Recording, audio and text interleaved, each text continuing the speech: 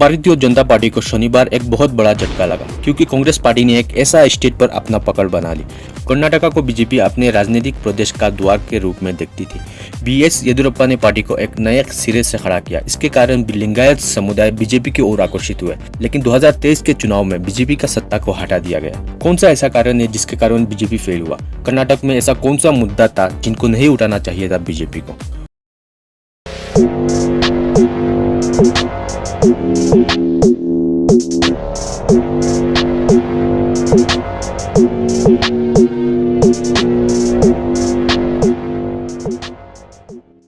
मुख्यमंत्री के रूप में बसवराज बोम्माई की सिलेक्शन बीजेपी के लिए घातक साबित हुई।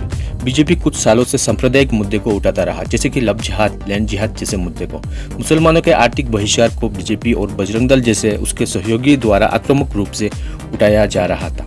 सरकार चाहे किसी भी पार्टी में क्यों ना हो, भ्रष्टाचार हर किसी पार्टी में होता है। महंगाई, बेरोजगारी के मुद्दे को उठाने के बजाय बीजेपी ने बजरंग दल का जिक्र किया था। जब कांग्रेस ने अपने घोषणा पत्रों में घोषणा किया अगर कांग्रेस सत्ता में आएगा तो बजरंग दल पर बैन लगाएगा, उसका जवाब देते हुए नरेंद्र मोदी ने कहा कांग्रेस ने भगवान राम को कैद किया था, अब बजरंग बली को कैद करेगा।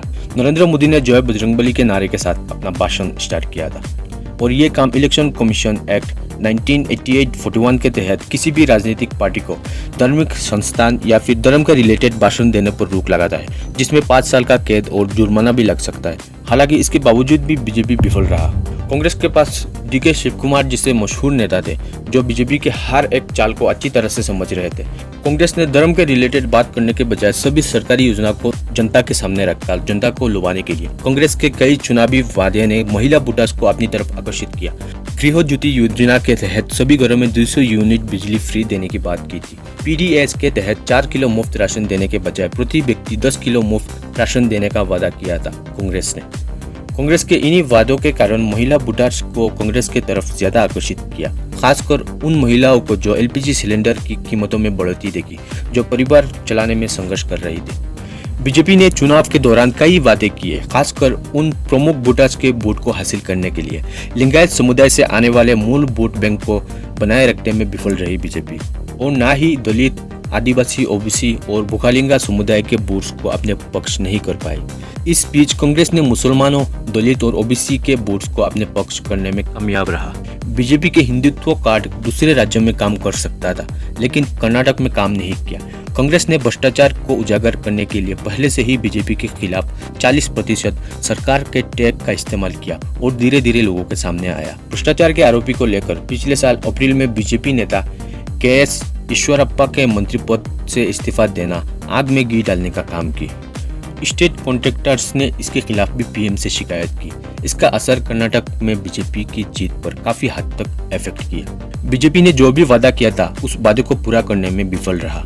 कर्नाटक चुनाव के दौरान बीजेपी ने एक ही मुद्दे को उठाया जो बजरंग दल पर आधारित था। जब बीजेपी ने इस मुद्दे को उठाया तब मीडिया ने भी उसको अपने चैनल में सबसे आगे रखा। बजरंग दल में बहुत सारे ऐसे भी लोग हैं जो क्रिमिनल केस में भी इन्वॉल्व है। बजरंगबली को भगवान बजरंगबली के साथ तुलना करने से कर्नाटक के जनता के आस्था को आहत की। चुनाव के दौरान जो माहौल था वो माहौल आर्थिक संकट का अधिक लॉजिकल विचार था। शहर के युवा वोटर्स नौकरियों की कमी से परेशान थे, जनकल्याण में पीछे हटने से किसान हताश थे और ज्यादातर जनता महंगाई से परेशान थे। बीजेपी मुख्यमंत्री बसवराज बोम्माई के समय बीजेपी ने कई ऐसे मुद्दे को उठाया था, जैसे कि मुस्लिम लड़कियों को स्कूल जाने पर रोक लगाना, हलाल मांस पर रोक लगाना, मैसूर के शासक टीपू सुल्तान की कहानी को काल्पनिक बताना। कर्नाटक चुनाव के दौरान हिंदू वोटर्स इतना एक्साइटेड नहीं था जाति और धर्म के मुद्दे पर वोट देने के लिए। भारत में चुनाव के विश्लेषण के सबसे लोकप्रिय तरीकों में से एक है, जैसे मीडिया और बुद्धिजीवियों के एक वर्ग द्वारा परिश्रम पूर्वक प्रचारित किया जाता है। लिंगायत समुदाय बीजेपी के साथ, बुक्कालिंगा जेडीएस से संतुष्ट नहीं है और बीजेपी में शिफ्ट हो जाएंगे। पिछड़ा वर्ग ओबीसी समुदाय मोदी की वजह से बीजेपी की ओर आकर्षित होंगे और बीजेपी के पक्ष में अपना अभियान चलाएंगे। इस तरह का फॉर्मूला तैनात किया गया था कर्नाटक के चुनाव के दौरान। अलग अलग मीडिया के डाटा से पता चलता है बीजेपी ज्यादातर लिंगायत वोट्स को बरकरार रखा, लेकिन उसका एक हिस्सा अलग अलग कारणों से कांग्रेस की ओर शिफ्ट हो गए। जो लोग 2024 के लोकसभा चुनाव के बारे में सोच रहे हैं उन्हें इसे ध्यान रखना होगा और राज्य भर में बीजेपी का मुकाबला करने के लिए एक नए तरीके से प्रयास करना होगा और बीजेपी को अभी से ही आने वाले चुनाव के लिए तैयार होने की जरूरत है। क्योंकि धर्म के कार्ड हर एक स्टेज पर नहीं बिकता है। सिर्फ जुमलेबाजी से काम नहीं चलेगा, ग्राउंड लेवल पर भी काम करना जरूरी है। और ऐसा नहीं है कि बीजेपी ने कुछ नहीं किया, ये कहना गलत होगा। बीजेपी ने बहुत सारे काम किया है। कर्नाटक में बीजेपी की हार से बीजेपी को इतना दुख नहीं हुआ जितना दुख भारत के मीडिया को हुआ।